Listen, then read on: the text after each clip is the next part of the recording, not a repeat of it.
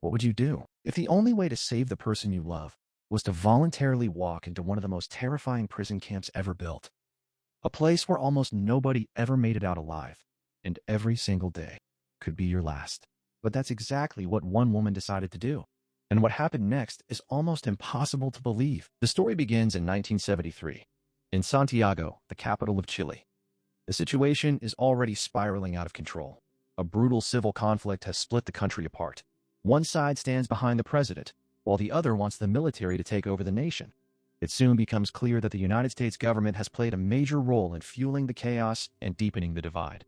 Their goal is simple: remove the Chilean president because of his support for the Soviet Union, supplying them with money and weapons in their fight against America. The story then shifts to Lena, a German flight attendant. She is flying to Santiago to spend her vacation.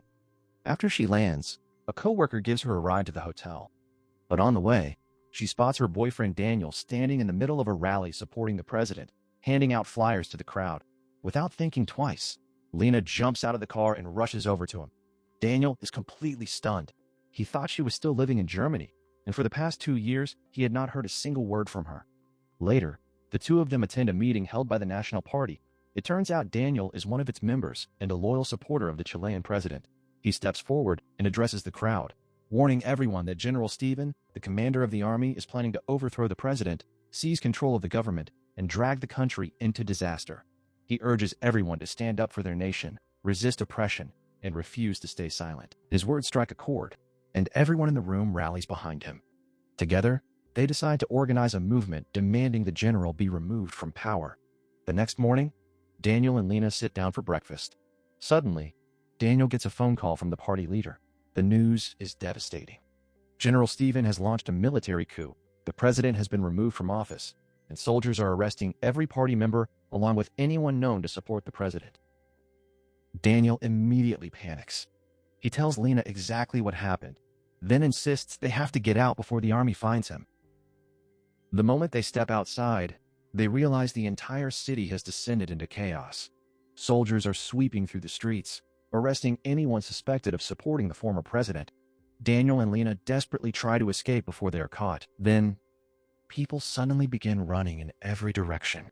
Soldiers chase them down, beating them without mercy. Daniel starts recording everything, determined to expose what the military is doing. But then, one of the officers notices him. Within seconds, both Daniel and Lena are arrested. They are taken to a location where hundreds of the president's supporters have already been gathered. An army captain addresses the crowd, explaining that every detainee has been investigated. Anyone found supporting the former president will remain under arrest, while everyone else will be released. That night, soldiers transport all the prisoners to a massive stadium. A military helicopter lands, and General Stephen steps out, standing beside a masked member of the National Party. The masked man slowly walks through the crowd, pointing out the people who had taken part in demonstrations and those who had openly supported the former president. When the masked man reaches Daniel, he identifies him as the one who had been handing out flyers, encouraging people to rise up against the government. Without hesitation, Stephen orders his men to arrest him. They drag Daniel away, forcing him into a transport truck marked with the Red Cross symbol. Lena is completely horrified by what she is witnessing. She has no idea what to do, because anyone who dares question the soldiers is executed without mercy. The following day, the army releases Lena after confirming that she is nothing more than a flight attendant with no involvement in politics. She is emotionally shattered, but there is only one thing on her mind: finding a way to save Daniel. Before the military decides to get rid of him for good, when she returns to Daniel's apartment, she finds the place completely trashed. It is obvious the soldiers searched every corner, looking for the flyers he had been distributing, hoping to use them as evidence against him. Lena heads straight to the National Party headquarters, begging the remaining members to help rescue Daniel. But the party leader quickly cuts her off. "No one can help you. The army is hunting us too. They want every single one of us behind bars, so no one is left to stand against them." He tells her that Daniel has been taken to a place called Colonia, a highly secretive camp located far outside Santiago. Then he adds, "There is only one possible way to get him out. You would have to convince someone high up in the military to help you." Meanwhile, inside the camp, Daniel is being brutally tortured by one of the soldiers. They demand the names of everyone who helped organize the uprising, but Daniel refuses to say a single word, no matter how much pain they put him through. Eventually, the camp's leader Paul arrives. He reassures Daniel that no one will torture him again, at least for now. At the very same time, Lena meets with one of the former officials who had supported the previous president. She asks him everything he knows about Colonia. The official lets out a deep sigh before saying, "To the outside world, it looks like nothing more than a charitable community, but the truth is far darker. It is a secret prison, built to torture supporters of the former government, along with anyone who dares oppose the military." Lena immediately asks for the camp's location, determined to go there herself and rescue Daniel. After giving her the address, the official warns her, "If you walk into that place, you will never walk back out." But Lena ignores every warning. She refuses to abandon the man she loves. The moment she gets back home, she sends a message to her pilot friend Roman, explaining that she cannot return to work because of circumstances beyond her control. Roman decides to cover for her, telling the flight crew that Lena is seriously ill and asking them not to report anything to the airline. Meanwhile, Lena prepares for the most dangerous mission of her life. She disguises herself as a nun, planning to enter Colonia under the pretense of volunteering and helping those in need. As soon as she reaches the camp, she knocks on the gate. Moments later, the door opens, and she is greeted by Gisela, the woman in charge of the entire place. Without wasting a second, Gisela takes Lena straight to Paul's office, because he is the only one who can decide whether she is allowed to stay at the camp. Paul studies her for a moment before asking, "Why would a young, beautiful woman like you choose a place like this? Shouldn't you be out living your life?"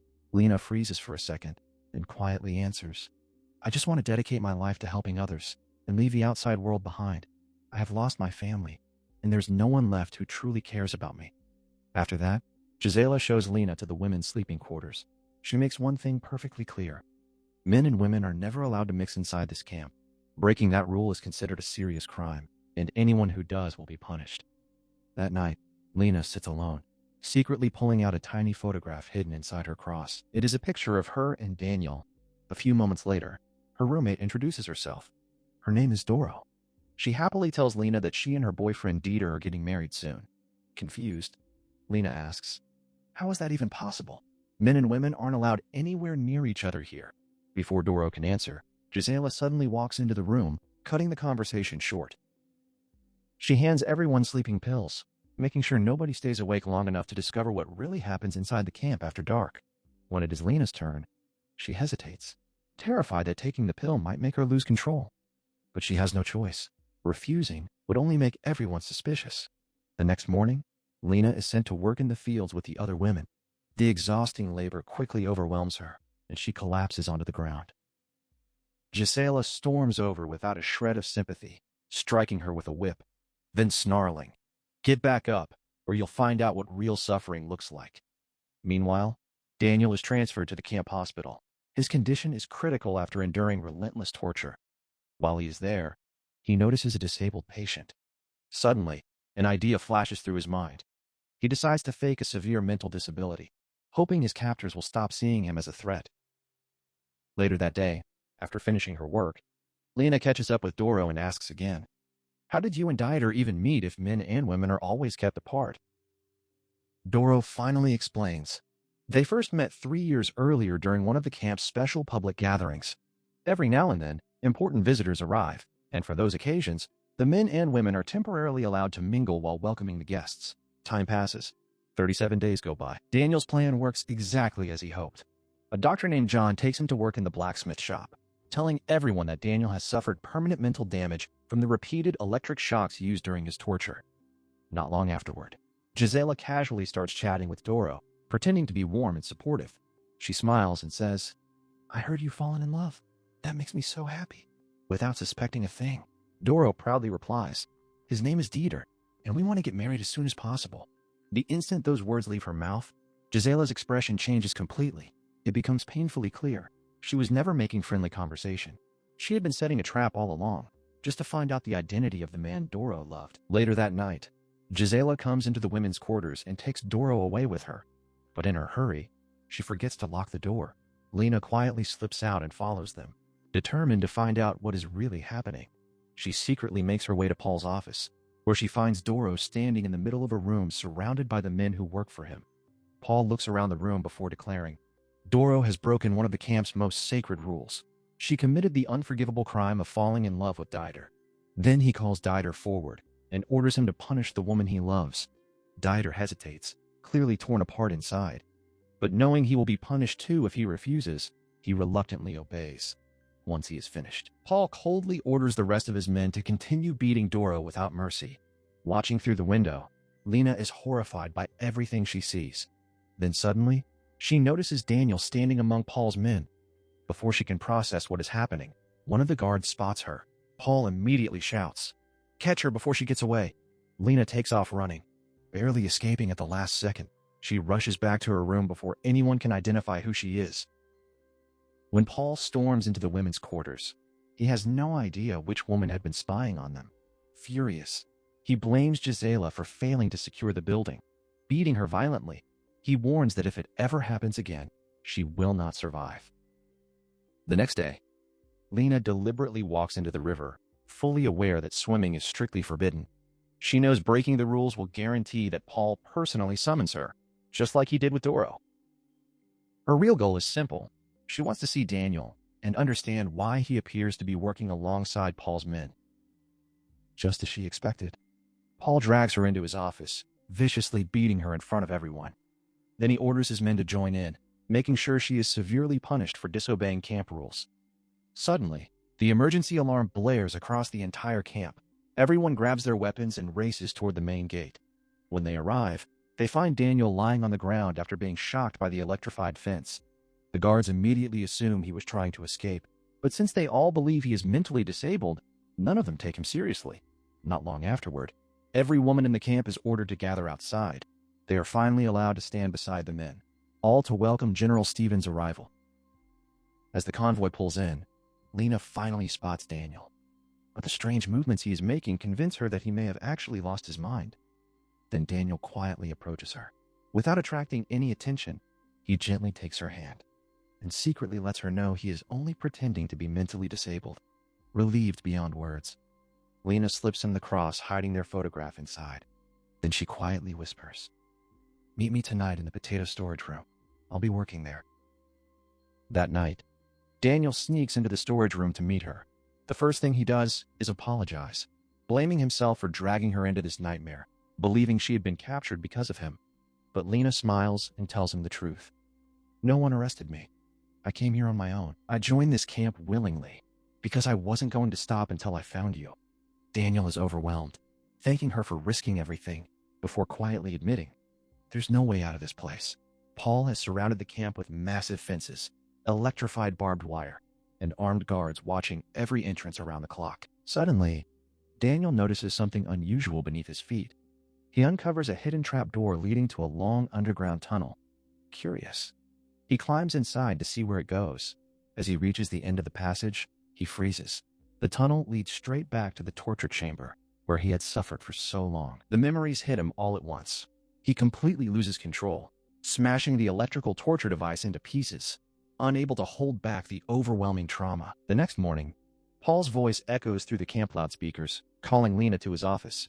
As soon as she arrives, he gives her a new assignment. "I want you to keep an eye on a nurse named Ursula. Report everything she does. I have a feeling she's hiding something, and I think she's been seeing someone."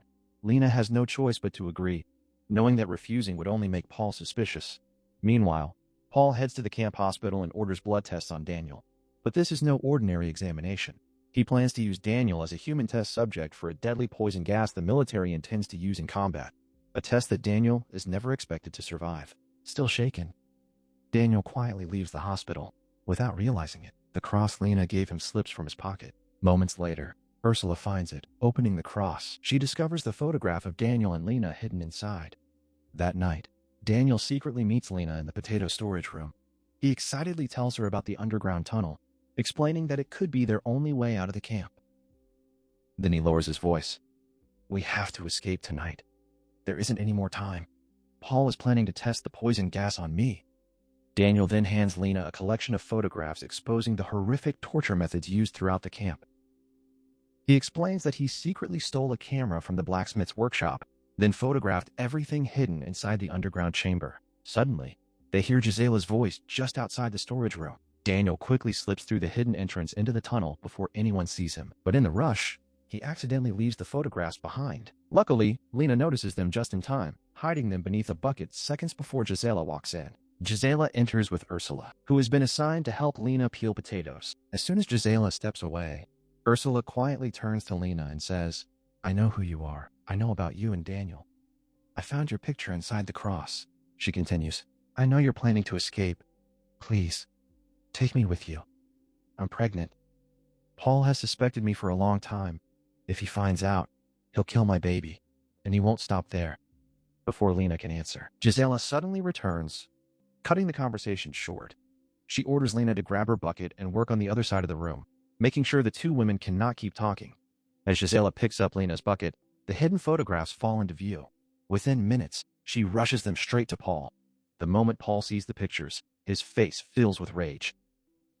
He turns to Lena and threatens, "Tell me where these came from, or I'll make sure you never leave this place alive." Just then, Daniel arrives at exactly the right moment. Thinking fast, he tells Paul that he found the photographs inside John's workshop, where he works every day. He even claims the rest of the pictures are hidden inside a red book, locked away in a secret room at the workshop. Paul immediately storms over to investigate. When he finds the photographs exactly where Daniel claimed, he is completely convinced. Without another word, he turns his anger toward John. John desperately tries to defend himself, insisting he has absolutely no idea how those photographs ended up there. Of course, Daniel was the one who secretly planted the photographs inside the book. But Paul refuses to believe John's story, ordering his men to torture him until he confesses. Meanwhile, Gisela escorts Lena back to the women's quarters for the night. As they walk, Daniel quietly catches Lena's eye from a distance, signaling that it is finally time to put their escape plan into motion. Without warning, Lena grabs a wooden board and slams it into Gisela's head, knocking her down. Then she sprints toward Daniel, and together they race to the storage room. There, they find Ursula waiting alone. They quickly bring her with them, slipping into the hidden tunnel beneath the camp. It doesn't take long before Paul learns that prisoners have escaped. He immediately searches Daniel's room and makes a shocking discovery. Daniel had never been taking the sleeping pills at all. He had been hiding them underneath his mattress the entire time. In that instant, Paul realizes the horrifying truth. Daniel was never mentally disabled. He had been fooling everyone from the very beginning. By then, Daniel, Lena, and Ursula have already made it through the underground tunnel. They can hardly believe they are finally free. Ursula rushes ahead through the forest, desperate to put as much distance as possible between herself and the camp. But tragedy strikes without warning. She accidentally triggers a hidden booby trap. A concealed wire snaps, firing a bullet straight into her chest. She collapses instantly. Lena breaks down in tears, devastated that she could not save her. Knowing they cannot stay, Daniel gently pulls Lena away, and together they fight their way out of the forest. Eventually, they flag down a passing car, which takes them to the German embassy. There, Daniel meets with the ambassador, handing over the photographs exposing the torture chamber hidden inside the camp. He begs the ambassador to get them out of Chile before Paul tracks them down. The ambassador agrees to help. Moments later, his secretary arrives with bad news. The earliest available flight isn't until next week. Every flight this week is completely full, running out of options. Lena immediately calls her pilot friend Roman, desperately asking him to find 2 seats right away, explaining that both of their lives are in immediate danger.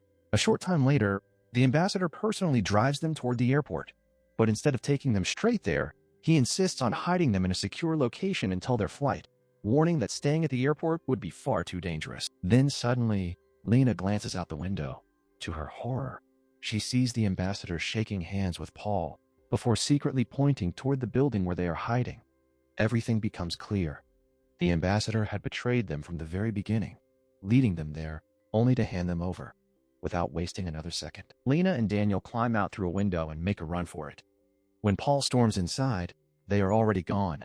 A frantic chase begins. Paul is determined to catch them before they can board the plane, knowing the photographs they carry could expose every horrifying secret hidden inside the camp. At the very last moment, Daniel and Lena make it onto the aircraft, while Paul arrives only seconds too late. Desperate to stop them, the Army commander contacts the airport control tower, ordering them to ground the plane by any means necessary.